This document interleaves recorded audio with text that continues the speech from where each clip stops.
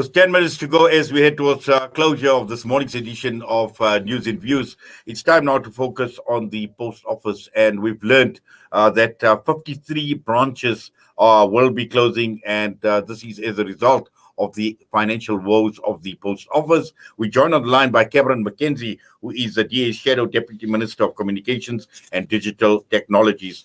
Cameron, good morning to you and welcome to the show. Salam alaikum, Minayet. Nice to meet.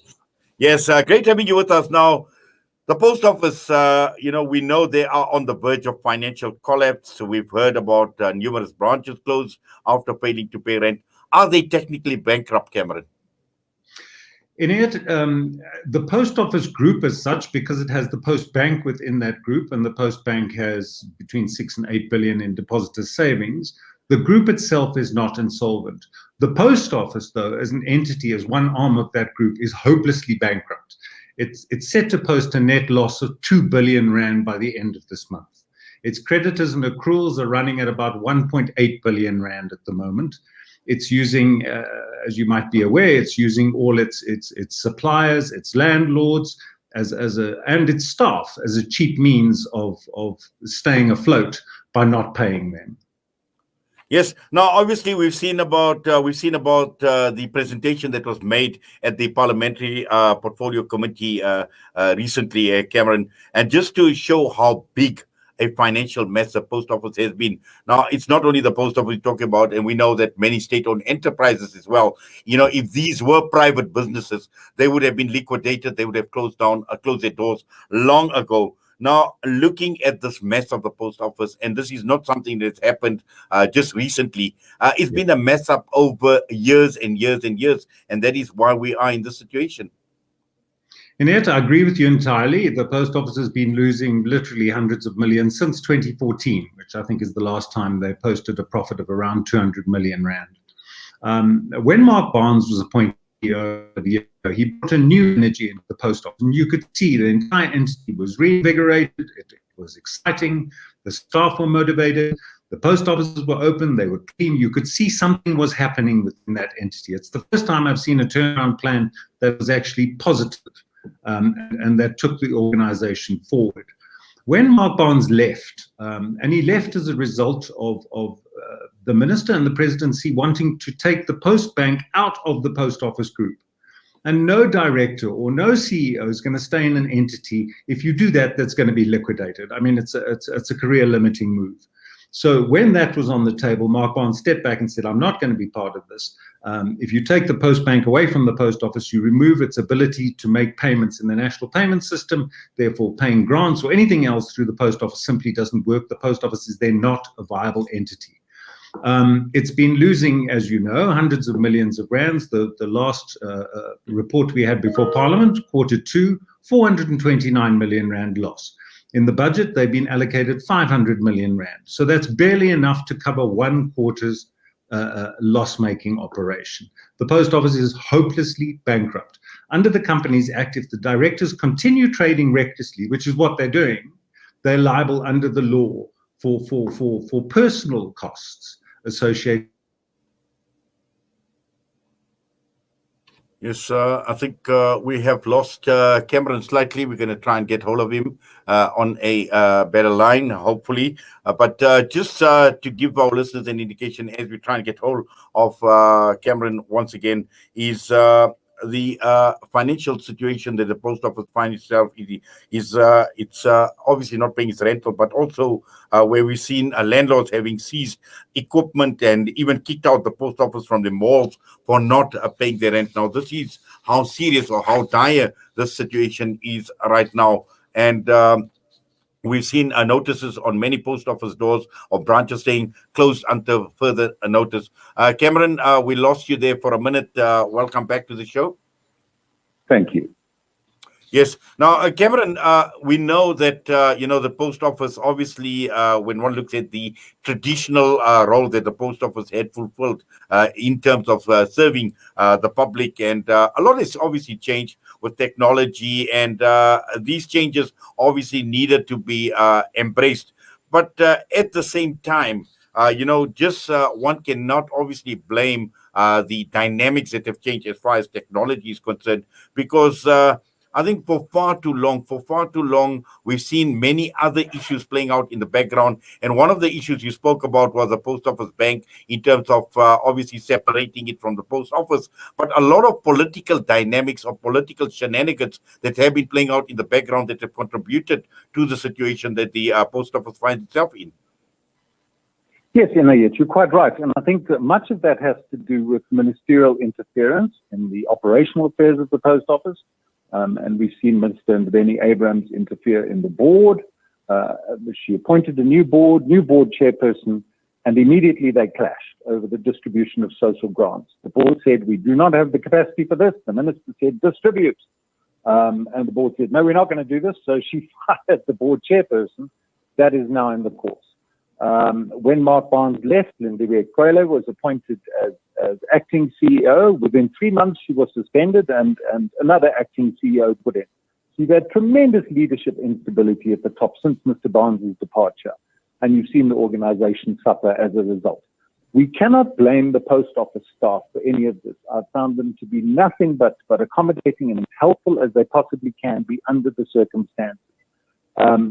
As one state entity, we've seen the public service wanting to go on strike over salary increases.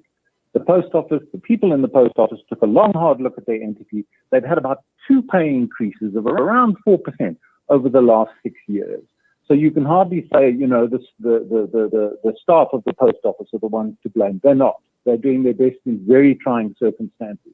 They're the ones that are suffering. The public are the ones that are suffering. And government and the boards just seem to carry on regardless. Now, Cameron, you obviously are on record of having urging government to implement productive public-private partnerships and social compacts to save the post office. What did you mean by that? What I'd like to see, for example, if you walk in, by contrast, if you walk into any privately owned franchise of a postnet, you find a clean operation, you find owner-run businesses, you find motivated staff and a very efficient service.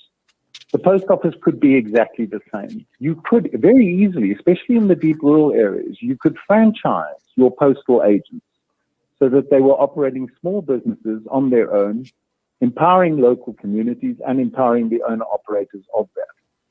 You could sell a majority share, and I know there are people that are interested. You could sell a majority share in the post office to interested investors that have the capital to put in the systems that are needed to make this a world-class postal service.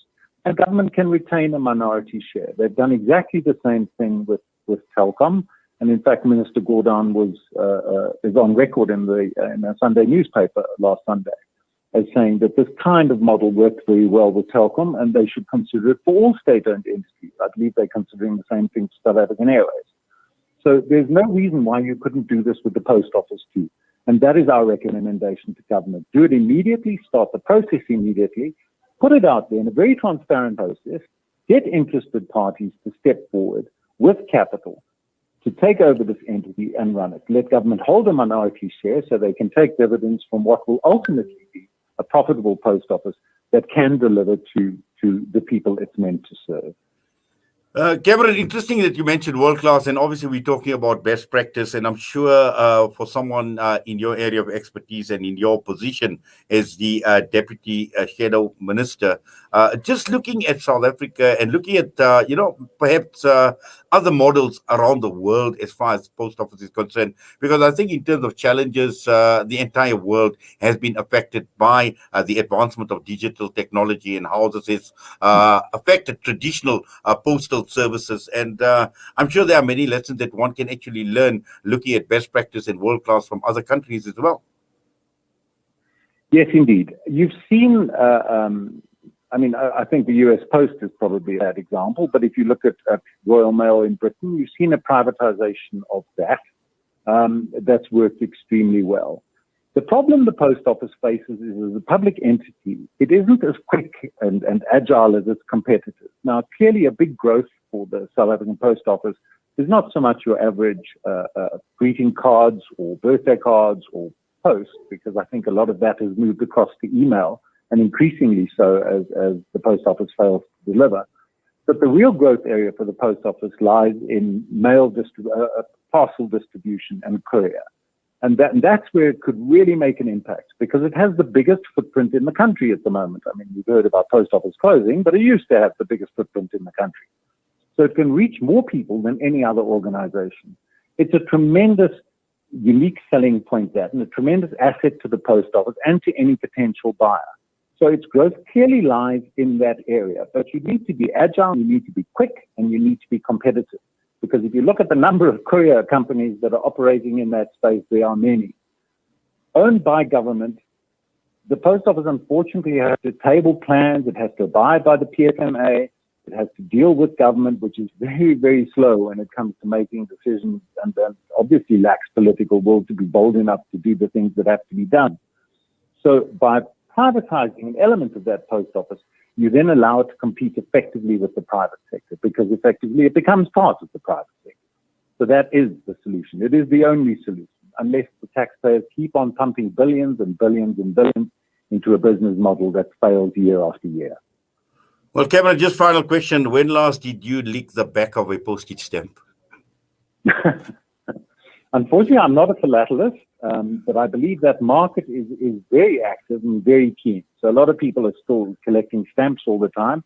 And I think it becomes, in all fairness to the post office, I think it's quite a profitable part of their business.